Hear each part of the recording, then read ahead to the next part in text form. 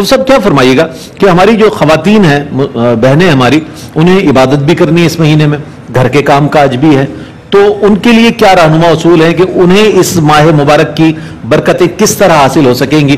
چونکہ گھریلو کام بھی ضروری ہے ظاہر ہے, لیکن عبادت کا مہینہ ہے, کیا فرمائیے گا؟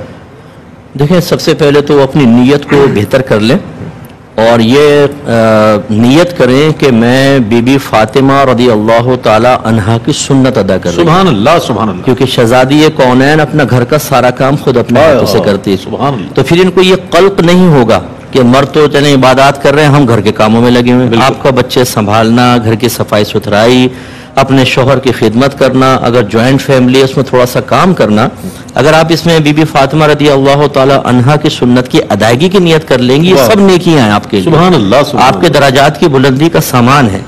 دیکھیں نا, اگر آپ کو کپڑے استری والے مل جاتے ہیں, آپ کو پکا ہوا کھانا مل جاتا ہے اور آپ عبادت کرتے ہیں, اس میں کمال کس کا ہے؟ ایک خاتون کا کمال ہے نا. بالکل. اس کا مطلب یہ ہوا کہ اگر وہ ہمارے لیے, مردوں کے لیے آسانی پیدا کر رہی ہیں اور اس مشغولیت کی بنا پر خود وہ نیک عمل نہیں کر پا رہی جو مرد کر رہے ہیں, تو جو مرد کر رہا ہے گویا کہ وہ آپ ہی کر رہی ہیں. ایک تو یہ بہنیں ہمارے ذہن سے نکال دیں, ٹھیک ہے نا. اس کے بعد پھر اللہ تعالیٰ اگر موقع دے تو پھر وہ غور و تفکر کریں. جیسے میں نے 5 وقت نماز یہ تو پڑھنی ہے لازم, تفسیر کے حوالے سے آپ نے ارشاد اور پھر اس کے علاوہ تراویح کا میں نے عرض کیا. بعض بہنیں ہماری کہتی ہیں بھائی میں تھک بہت جاتی ہوں سارا دن. میں مانتا ہوں بالکل آپ تھک جاتی ہیں, لیکن کمال تو یہ ہے نا کہ تھکنے کے باوجود اطاعت الہی کریں. آپ نہ تھکیں پھر کریں, یہ بھی آپ کا کمال ہے. لیکن نور علی نور تو تب ہے نا کہ جسم کہہ رہا ہو, نفس کہہ رہا ہو لیٹ جاؤ, اور آپ کہ نہیں میں اپنے اللہ کے لیے کیسے لیٹ سکتا ہوں. یہ مہینہ تو اس میں اگر 20 رکعت تراویح ادا کروں گی تو 20 فرائض ادا کرنے کا ثواب ملے گا. اور یہ بہنوں کے لیے آسانی کے لیے میں گزارش کرتا ہوں کہ یہ تراویح آپ بلا عذر بیٹھ کے بھی پڑھ سکتی ہیں, ثواب کم ہوگا. ہاں اگر کوئی تھکی ہوئی بہن ہے, بہت ہی جسم ٹوٹ رہا ہے, تو انشاءاللہ پھر یہ ایک عذر ہے, بیٹھ کے بھی نماز پڑھیں گے اللہ تعالیٰ پورا ثواب دے گا. مرد حضرات کے لیے بھی یہ نہ مرد کھڑے ہو کر پڑھیں, لیکن کوئی کسی کے ساتھ عذر ہے تو بہرحال بیٹھ سکتا ہے, کیونکہ سنت موقدہ میں قیام فرض نہیں ہوتا, تو وہ بیٹھ کر بھی پڑھ سکتا ہے, لیکن آدھا ثواب ہوتا ہے. تو مردوں کو ان کا کام کیا ہے, کھا رہے ہیں پی رہے ہیں, ٹینکیاں فل کی ہوئی ہیں ساری کے اندر, افطار کے اندر ایسا ٹوٹ پڑتے ہیں جیسے دشمن کی فوج سامنے. پہلے بیٹھ کے منصوبے بناتے ہیں, اندر سے آواز آتی ہے پہلے تو نے کھجور کھانی ہے, پھر یہ 2 گلاس لسی, پھر 3 شربت کے گلاس, صوبہ بندی کے 4 سموسے, پھر چاٹ ہے, پھر چھولے ہیں, اور ایسا ہاتھ تیزی سے چل رہا ہوتا ہے اسی گائیڈ لائن کے مطابق. تو خلاصہ کلام یہ کہ بہرحال ہماری بہنیں جو ہیں اپنے سب سے پہلے گھریلو مصروفیات کو دیکھیں, اچھی نیت کے ساتھ ثواب ملے گا. پھر عبادات کی طرف آئیں, پھر مستحبات کی طرف آئیں, جیسے قرآن پاک کی تلاوت ہے, ترجمہ اور تفسیر کے ساتھ پڑھیں, آپ کو بہت زیادہ ثواب ملے گا. اور آخری بات جو میں پھر اعادہ کر دیتا ہوں کہ سب سے بڑی چیز ہے کہ اگر کسی بہن کے اندر زبان کی تیزی ہے, لڑائی جھگڑے میں ماہر ہیں, جیلس زیادہ ہوتی ہیں, لیگ پولنگ کرتی ہیں, لڑوا کر دور بیٹھ کے خوش ہونے کی عادت ہے, اس کو سب سے پہلے نکالیں. میرے آقا صلی اللہ علیہ وسلم سے عرض کیا گیا, یہ خاتون ہیں, دن میں روزے رکھتی ہے, رات کو اٹھ کے نمازیں پڑھتی ہے, عبادت بہت ہے, اور وہ پنیر کے ٹکڑے صدقہ کرتی ہے, لیکن اپنی زبان سے لوگوں کو تکلیف پہنچاتی ہے. نبی کریم صلی اللہ علیہ وسلم نے فرمایا کہ وہ جہنم میں ہے. تو ہماری بعض بہنیں محلے میں نیازت تقسیم کر رہی ہیں, افطار تقسیم کر رہی ہیں, غریبوں کو کپڑے بھی دے رہی ہیں, لیکن ماسی کی جو مصیبت آتی ہے نا ان کے ہاتھوں میں, اللہ اکبر, وہ ایسا جیسے تو بس جلاد کے ہاتھ میں مجرم آ گیا, یا جیسے وہ پولیس کے ہاتھ میں کوئی مجرم آ جائے نا, اس کو اگلوانا ہو تو پھر وہ ڈرائنگ روم میں لے جاتے ہیں. تو ایسے ہی وہ بیچاری ماسیوں کی مصیبت. تو یہ جو تکلیف پہنچا رہی ہیں آپ, یہ بدتمیزیاں کر رہی ہیں, شوہر کے ساتھ بدتمیزیاں, شوہر بیچارہ پناہ مانگ رہا ہے, شیطان بند ہے, اور یہاں خواتین میں معاذ اللہ ان کو شیطان نہیں کرو کبھی آپ یہ ایڈ کر ایسا نہیں. لیکن ہماری بہنیں جو ہیں بعض اوقات وہ اتنا ڈسٹرب کرتی ہیں کہ آدمی پناہ مانگتا ہے, یہ نہ کریں, پیار محبت ایک ماحول بنائیں, تو انشاءاللہ یہ مہینہ ہماری خواتین کے لیے درجات کی بلندی کا انشاءاللہ سامان پیدا کرے گا. یہ بھائی نے فرمایا کہ رمضان میں ایک حافظ صاحب نے تراویح پڑھائی, وہ اکثر بھول کر کبھی 3 پڑھا دیا کرتے تھے, اور پھر سلام پھیر کے کہتے دوبارہ پڑھو اس نماز کو, کبھی 4 پڑھا دی. تو ہماری نمازیں ہوئی کہ نہیں ہوئیں؟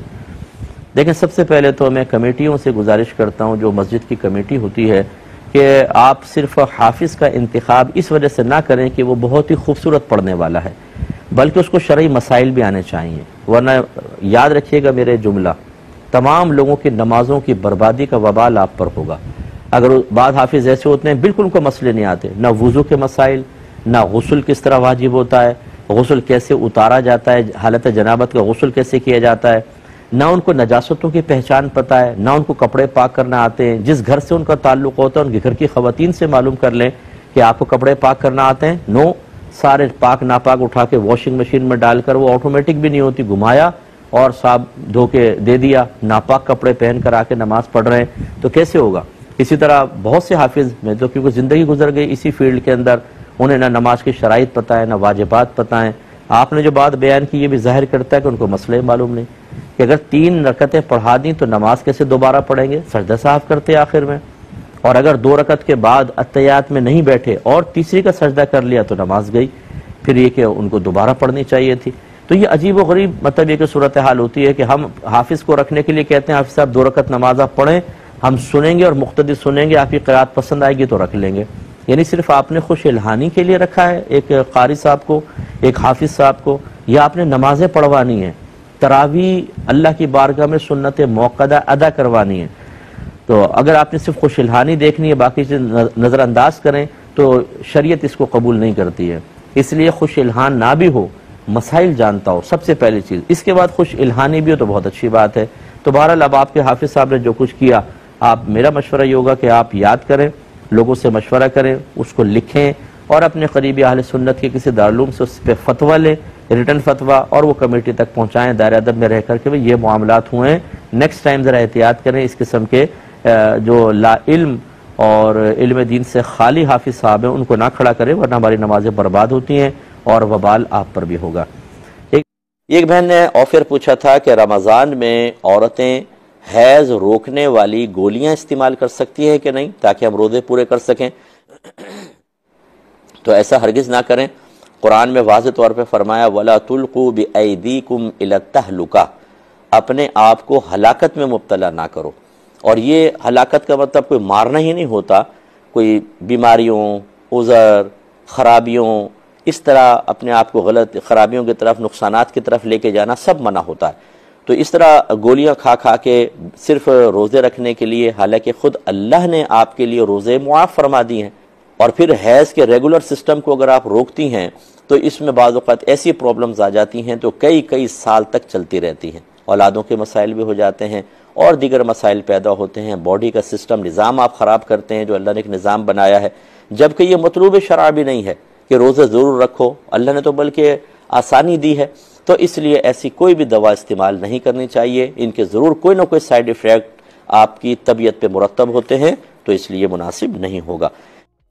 تو رمضان آتا ہے تو آپ دیکھتے ہیں کہ مسجد کتنی بھری ہوتی ہے. پہلے دن تو جگہ نہیں ملتی مسجد کے اندر، فجر کے اندر جوتیوں تک پبلک، اور تراویح کے اندر بھی جوش ہمارا دیکھنے والا ہوتا ہے. اس کے بعد جیسے برف کی سیل پگھلتی ہے نا، ایسے ایسا پانی نکلتا ہے، وہ یوں سمٹ کے ختم ہوتا کہ بھاپ بن کے اڑ جاتی ہے.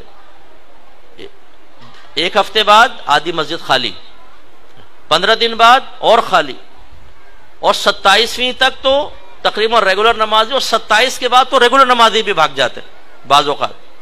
خاص طور پہ پیشہ ور حافظ جو ہوتے ہیں نا، یہ صرف داڑھی رکھتے ہی تراویح پڑھانے کے لیے، اور جیسی 27ویں ختم ہوتی ہے داڑھی صاف کی اور زمزمہ پہ بہنوں کی زیارت کے لیے پہنچ گیا. وہ طارق روڈ پہ پہنچا ہوا ہے جی بہنوں کی زیارت کرنے کے لیے. شرم نہیں آتی تمہیں؟ تم نے پیسہ کمانے کے لیے قرآن بیچ کر تم نے فوراً داڑھی منڈوائی اور پہنچ گئے تم وہاں پر بازاروں کی زینت بننے کے لیے. شرم نہیں آتی ہے؟ یہ ہماری صورتحال ہے. تو نمبر 1 علم دین سیکھنا، نمبر 2 اس کے تقاضے کے مطابق عمل کرنا، نمبر 3 استقامت، لگاتار عمل کرنا. ایک دفعہ نماز شروع کی ہے تو اب مرتے دم تک چلے گی. روزے رکھنے ہیں، مرتے دم تک روزے رکھیں گے. قرآن پاک کی تلاوت ہے، مرتے دم تک تلاوت قرآن ہوگی. ہمارے گھر میں قرآن کھلتا ہے. کتنے نوجوان ایسے بیٹھے ہوں گے جنہوں نے بچپن میں قرآن پڑھا ہوگا اور اب ان سے قرآن سن کر دیکھ لیں،